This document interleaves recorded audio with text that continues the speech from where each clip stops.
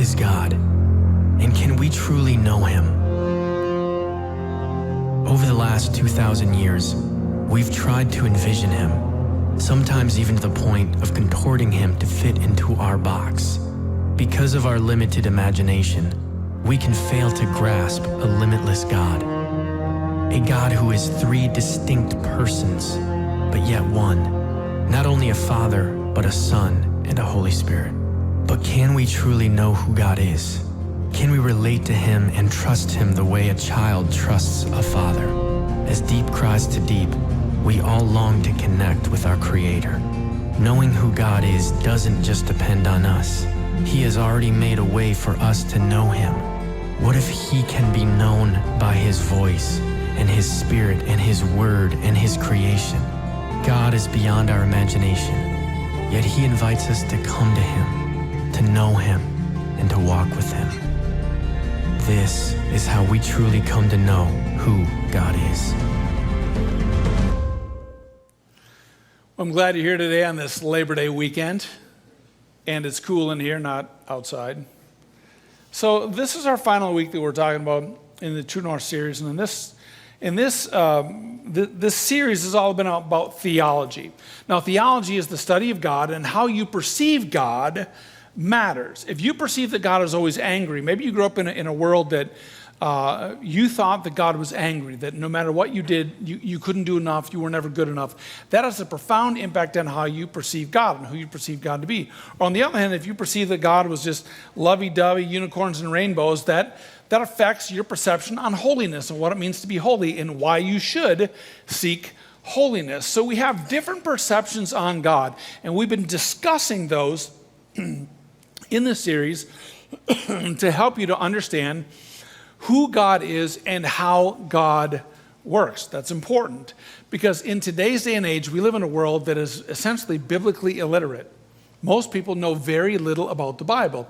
And as a believer, it's your job to learn the scriptures, to study the scriptures so that you can explain it to other people. In 1 Peter 3:15, that's the text that we've been using this entire series. It's always be prepared to give an answer to everyone who asks you to give you the reason for the hope that you have. But do this with gentleness and respect. Now, when I started this series, I shared with you 3 circles, okay? Meaning there are certain things, if you look at the first circle, it's things that I'm going to die for. Like Jesus Christ's substitutionary atonement, I will die for that. He is the Savior of the world. There is no other way into heaven except through Christ. I will die on that hill. Then there's things that I will debate with you, like Calvinism, Arminianism. I'll debate those with you. And then there's things that I will discuss, like pre-trib, post-trib, mid-trib. Some of you are like, I don't know what any of that means. It's like, when is Christ going to return? Before the tribulation period? Yes, there's going to be one. Halfway through it or at the end of it. I mean, so we'll discuss those. We'll debate certain things. And this message today is one of those things that we can debate, but it's not worth dying over. It's definitely worth debating and discussing, but it's not something that I think that we should die over. So today we're going to look at Calvinism and Arminianism, which are both examples of systematic theology. Now, so the definition of systematic theology is a discipline of Christian theology that formulates an orderly, rational, and coherent accounts of the doctrines of the Christian faith that addresses the issues such as what the Bible teaches about certain topics or what is true about God and his universe. So with that being said, here's a couple of questions for you. Take out your smartphone and scan this code on the screen. Scan this code on the screen. Here's my first question for you. We're not collecting data. I just want to know where you stand, all right?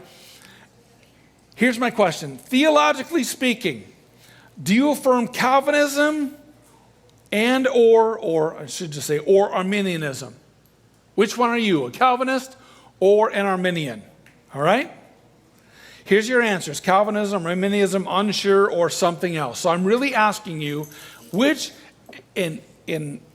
so I'll just say that. Which, and if you're watching this online, it comes up in real time, unless you're watching this some other time, period of time, not today. If you're doing this at home, this will come up on our results as you put them in. So what is your answer? Calvinism, Arminianism, unsure, something else, Okay, that's good. That's kind of what I thought a little bit. Calvinism, 30%, Arminianism, 4%. Unsure, that's good. I think first service was 72% was unsure, and it's okay to be unsure. But here's my next question. Let me just ask, it's basically the same question asked in a different way. Here's the next question for you. Does God write your entire life script before you are born? Yes, no, or unsure? Does God write your life script that you simply live out before you are born? Yes, no, or unsure?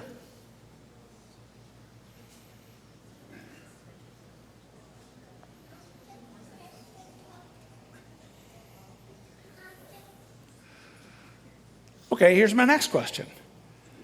Does God know every possible answer to every possible question? Does God know every possible answer to every possible question? You answer that. What do you say? Yes? No? Not possible to know? Unsure?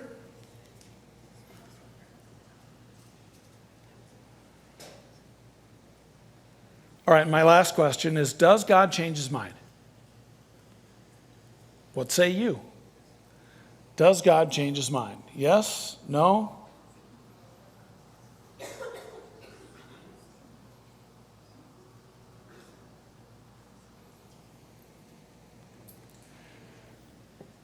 Well, that's interesting. I'm just going to say this. Some of you who think you're Calvinists probably are not. And some of you who think you're Arminians might not be either. And the reality is that based on your answers, we're kind of all over the board when it comes to this. Because if you are a pure Calvinist, you wouldn't have answered how you answered. Some of you are like, I don't even know what that is. And that's totally fine. Because we're tackling questions today that you think about but don't flush out. These are things you think about but you don't flush them out. We don't. We don't think about it. But our understanding of God affects our relationship with God. And if you believe that God controls all things all the time for everything, then basically you're living out of play. But if you feel that everything is up to you, then is God really sovereign? So we're going to talk about Calvinism, Arminianism, and then I'm going to give you some insights on biblical theology, all right? So you got to put your thinking cap on today. This is good stuff. It's going to be fun, trust me. You're like, I don't know. It doesn't sound like fun already. I'm all in the weeds, you know. But Calvinism and Arminianism are two classical examples of systematic theology that attempt to explain the relationship between God's sovereignty and man's responsibility in the matter of salvation. And both Calvinism and Arminianism came out of the 1500s. Calvinism is named for John Calvin, a French theologian, and Arminianism is named for Jacobus Arminius. He was a Dutch theologian. Both of them lived in the 1500s. So these are long-standing systematic theologies and the most common that most people talk about. So what is Calvinism? And I know some of you are like, I'm a 7-point Calvinist. Okay, John Piper followers, I'm going to put up 5 points of Calvinism. So right away, I'm just going to acknowledge if you're a diehard Calvinist, I'm going to leave a couple of points off. So because there have been 5 forever, and then lately there was another 2 more points added, as if the 5 weren't enough. All right, so here's what it means. So this is Calvinism. First point of Calvinism is this. First point of Calvinism is total depravity. Total depravity is the belief that every aspect of humanity is tainted by sin. Therefore, humanity is unable to come to God on their own accord. So total depravity is the belief that apart from God's drawing you unto himself, you can never find God. Second is unconditional election. Unconditional election is the view that God knows who will be saved and who won't be. And there's nothing that we can do about it. So that's the belief of unconditional election, that God foreordained who will be saved, and there's nothing we can do about it.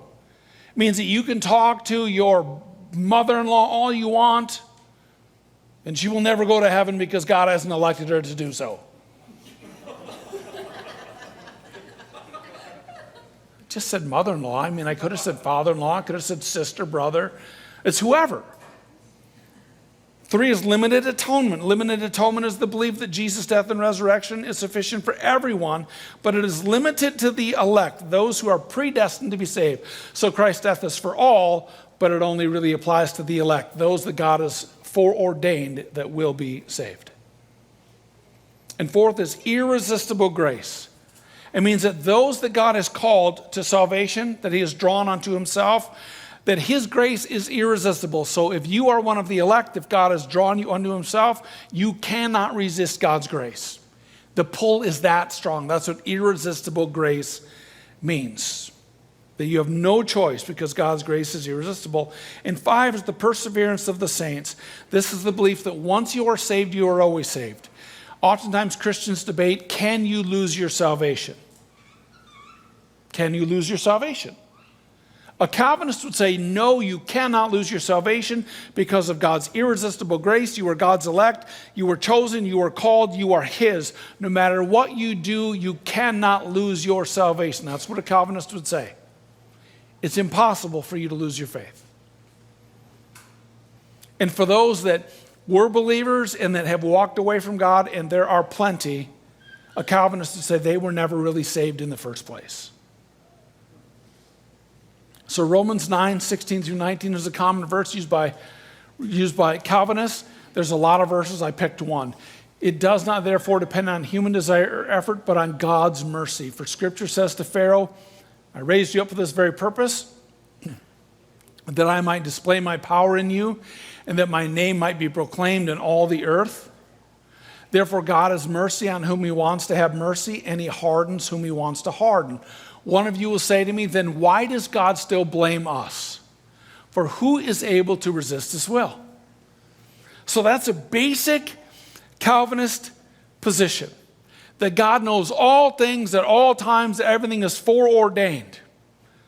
So if you leave this building and you get hit by the proverbial bus, a Calvinist would say, I'm glad I got that over with. Because it was going to happen anyways. Because it's part of God's plan. But I've got some problems with Calvinism. Pure Calvinism, I have some challenges. Here's some of my problems with it, or problems in general. These aren't just mine, but these are in general. If God is the all-powerful, then how is God not the author of evil?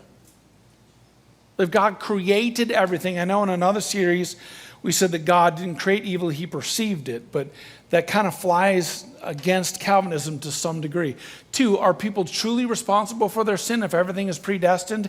If you are simply living out God's script for your life, wouldn't God have written in sin if you're just living it out? And if God controls all things, why does he make us suffer? Like, if God really truly controls all things, then why does he make us suffer? Calvinism essentially affirms that God knows everything and every possible combination of things, and the result of those combinations. I would agree that God is omnipotent, that God is omniscient. I would agree with that. I would agree that he's omnipresent. But I would disagree with Calvinism that I don't think that God scripts everything, because then we're simply living out a play that God has written, knows the actors, knows the conclusion, and all we are simply living it out. It just doesn't seem to make sense to me. By the way, Troy, is that water for me or someone else leave it up there?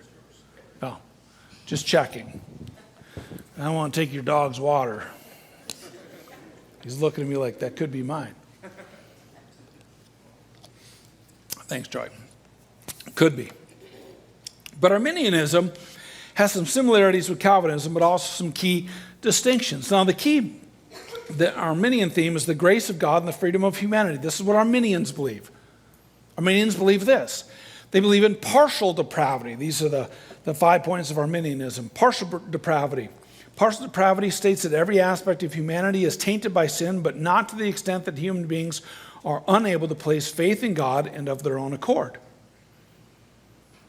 They also believe, second, that God is perfectly omniscient. The word omniscient means God knows all past, present, and future events, but just because he has the ability to know all the events doesn't necessarily mean that he controls every aspect of every event. There's a difference between knowing and controlling. You know the right decision for your kid isn't to steal the cookie, but yet sometimes you let the kid steal the cookie. So then they learn a lesson on the other side. You knew it was going to happen, but you didn't prohibit it. Human beings would say that, or Calvinists would say that you knew that the kid would take the cookie and it was foreordained that they would take it, yet you let them do it anyways because that was God's plan. Some of you are like, this is kind of weird. That's okay. It's good to think about this. 3 is that human beings are free in a libertarian sense. They make their own decisions because they truly have free will. Arminianism says that an individual can resist the grace of God and therefore resist God's call to salvation. So God draws all people unto himself. That is his desire. But because we have free will, a Calvinist would say you do not have to accept God's grace because you have the free will to not accept it. So a Calvinist would say, no, if God's grace is upon you, his call is upon you, it's irresistible. And Arminian would say that's not necessarily true. God knows all things, but if you want to reject him, you can. And 4, a distinction is drawn between God's ordaining will and his permissive will. This is a big one. Arminianism affirms that there's no distinction between God's ordaining will and his permissive will. This means that it's not God's will when something bad happens, but God permits it to. Because he created the world with free will. He set it up. But we still make choices within God's providential will, his overarching will. And 5 is God's providence is general rather than meticulous. Arminianism affirms that God is sovereign, but doesn't control every detail of every situation. He knows the big picture, but doesn't dictate everything. So a Calvinist would say God knows the big picture and understands, and we might say, or I might say, dictates even the small things because he is sovereign. He knows all things that will happen. One text Arminianism refers to is written by, it's spoken by Jesus, and it's recorded in Matthew chapter 23, verse 37. It says, Jerusalem, Jerusalem, you who kill the prophets and stone those sent to you, how often I have longed to gather your children together, as a hen gathers her chicks under her wings, and you were not willing. So that seems to give some freedom to people that they were not willing. And if Arminian goes out of the building and gets hit by the proverbial bus, they would say, I should have looked to the left and to the right, where a Calvinist would have said, it was going to happen anyways, there was nothing you could do. Arminianism has its potential problems just like Calvinists. Here they are. If God is omnipotent, is God omnipotent if he doesn't stop suffering? Like, is he all that powerful if he doesn't stop suffering? Are people truly responsible for their sin if everything is predestined? If God controls all things, then why does he make us suffer? Arminians would argue that everything depends on us, while Calvinists would argue that everything is ordained by God. When it comes to matters of salvation, Calvinists could say this: I will share my faith, but I don't necessarily have to, because those that God wants to draw to himself, he already will. Arminians would say, I need to share my faith because if I don't, this person might never hear the gospel. So there is a distinction. Interestingly, there's about the same number of Bible references that Arminians use and Calvinists use, so they're very similar. They're very similar. But what about biblical theology? Systematic theology looks at Genesis to Revelation, looks for those key events that God moves in. And so it's the study of God systematically from Genesis to Revelation. But biblical theology is different than systematic theology. It's different in that biblical theology looks at the narrative of God from Genesis to Revelation and how we fit into that narrative. So in other words, when you're reading the Bible, if you read the Pentateuch, the first 5 books of the Bible, you read the Bible, you see how God interacts with his people in the Old Testament, how God has his covenant, how God provides for them, how the covenant, though, is really a representation of God's covenant with us in Christ. So we look at it at one time period because the other time period hasn't yet come. We look back on it with history, but back then they were simply doing what God had revealed to them at the moment, and it must be understood in that context. Then you fast forward up to the time of Christ, and Christ points back to all of these archetypes, these pictures of Christ in the Old Testament. So now we have this understanding, this revelation of God. So we understand it in that context. And with biblical theology, it helps us to see the unfolding of God's revelation as it has progressed through history. And with biblical theology, it helps you to understand your story in God's greater story. You see how God redeems his people, how he draws them unto himself. And with biblical theology, we can see how we fit into that. How we fit into that story. Okay, God's redeeming people. I'm one of his people. How God redeems me. How God redeems the planet. We see how we fit into that overarching story. Biblical theology helps us see the Bible as a unified whole rather than a collection of unrelated doctrinal points. Now, I'm not willing to battle over this with you. I will debate you on it. I will discuss it with you, but I'm not going to die over these issues.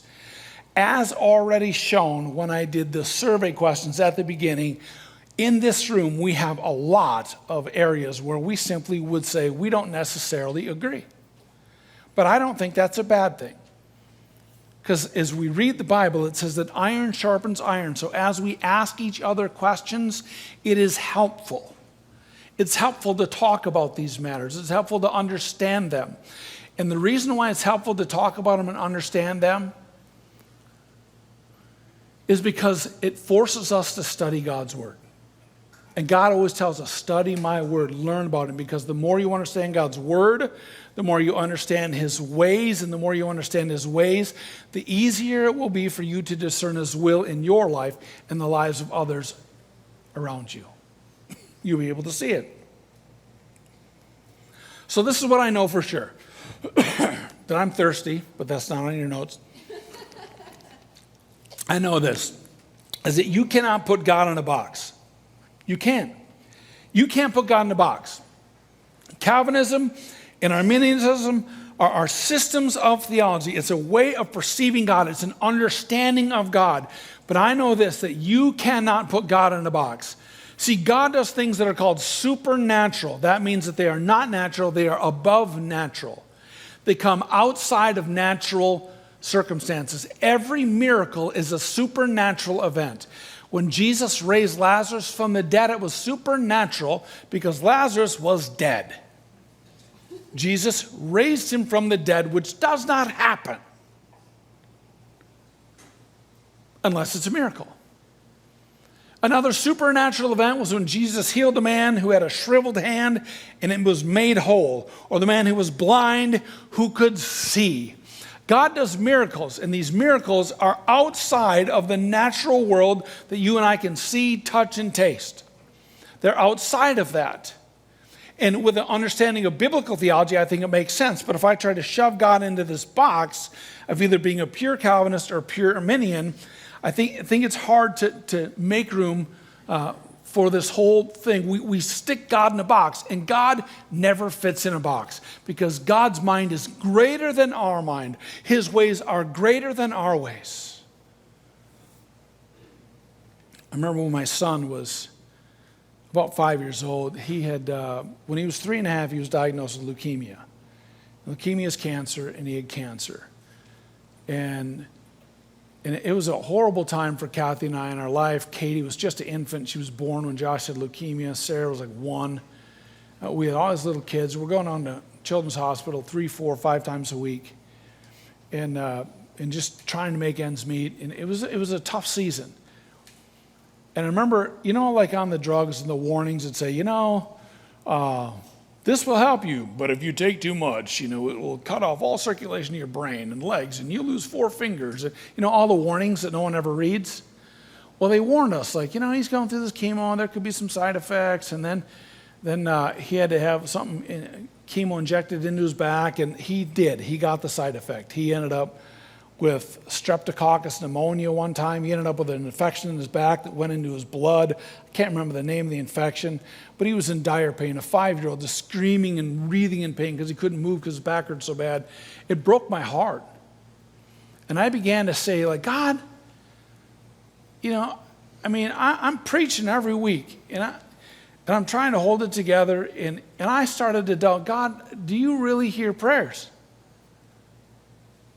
When you have a child that's sick, and you've seen someone that you love dearly falling apart, man, it drives you to ask questions. And I was broken. I'm trying to preach week after week, and it was tough. And one Sunday, I'm standing at our church. I'm greeting people on the way in, and this old guy named Dune comes in. And Dune, he had been at our church for a long time, and his health had deteriorated significantly. Dune had lung cancer. I don't know if it was caused by his chain smoking for 55 years, but it could have been. I'm just saying. And he smoked, constantly.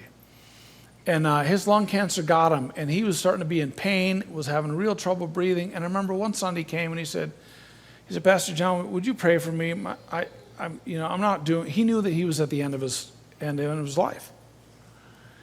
And we gathered around him, we prayed, and I gotta be honest, my prayer was kind of lackluster. Like, when you pray for something, but you don't think it's gonna happen anyway, it's like, God, if you heal him, we know you won't, but you might. Lift him up to you and do whatever you want, and don't get your hopes up, Dune, because it's probably not gonna work. But God, I prayed one of those kind of a weak, flimsy prayers, but I prayed for him to the best that I could do, the best that I could cough up. And I remember that week, Josh still had a terrible week, and I'm still wrestling with my doubts. And the next week, Dune, after he got done smoking his cigarettes out front, walks into the church, happy as could be.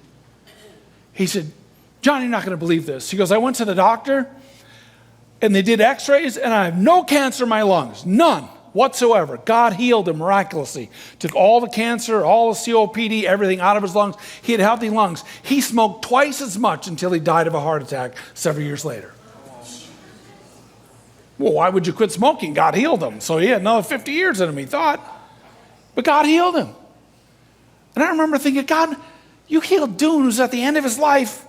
My son who's at the front end of his life. I don't get that. And I felt this nudge. This is what I learned from it, that God said to me, this is what I felt. He didn't speak to me in an audible voice, but God was telling me I will heal who I want to heal. And I believe to this day that God healed Dune for me, to show me that he is still in control and that he is still sovereign. And just because I might not get what I want, it doesn't mean that God is not sovereign. God is sovereign. God's will be done. And 19 years later, now Josh is still cancer-free. He has a kid now. I'm a grandpa. Cool grandpa. But God healed Dune for me. I really believe that. For Dune, yes. But for me, God was telling me that I'm still in control. See, I try to put God in a box, and when you're in the crisis and the crucibles of life, you're not going through theology books going, is this a Calvinist position? And if so, and then this, and am I an Arminian? And if so, then this. You're trying to just get through life. But if you put God in a box and something happens where God doesn't fit your box, it will wreck your faith. I can't tell you how many people who I've met and have been part of this church and they've walked away from God because God didn't live up to some expectation that they had. And when God didn't meet that expectation, they said, God isn't real, and they walked away. God is real. Just because he doesn't fit in your box, it doesn't mean that he isn't still God. Maybe it means that you have the wrong size box. Or that God doesn't want to be in a box in the first place. And second, free will is God's will. We have free will in this world. I don't believe that we're simply walking out a skit that God has foreordained for us to walk out, that bad things happen that God knew about, that he caused and planned. It just doesn't seem like a fair deal. I believe that God gives us free will, but with free will comes great responsibility. And some people take their free will and they misuse it. They hurt other people. And when they hurt other people, It's awful. Everyone here has been affected by the poor choice of someone else. Everyone. You cannot escape it. But God still gives us free will because he loves us so much that he wants us to love him. He does not make us love him. He has the angels. They were created for the glory of God. You were created for the glory of God, but you have free will. And third is we will never fully understand God. We won't. All I know is that dogs bark, babies cry, that's life, get over it. I mean, that's it. That's just life. Bad things happen to good people, good things happen to bad people. I don't understand why certain things happen, and I never will. But it doesn't change the fact that God is sovereign, that God is in control, that his will shall be done. We know that when he wrote Genesis, he already understood the end of Revelation. We know that God is drawing all of history to his conclusion, and all of the minutiae and all the possibilities that happen. I don't understand all of that, but I know that God is in control. I know that Christ died for my sins, that he is raised from the dead. I know that one day I will see God face to face, and you will too. That's what we know for sure. And we live in the tension right now. So whether you're a Calvinist or an Arminian, or just found out that maybe you're neither, you're more of a biblical theology like I would be, I would put myself in that category, where I agree with 90% of Calvinism, 90% of Arminianism, and yet I allow God to make room for miracles. That's where I stand. Heavenly Father, help us this day to understand your will and your ways. Help us to know you better. And God, some of us, I know we get hung up on the why question. And right now, I want to let that go. I'm not going to have the answers to certain things in this life. I just won't. But I know that you are still in control. I know that you're in control. God, today we love you and we give you praise. In Jesus' name, amen.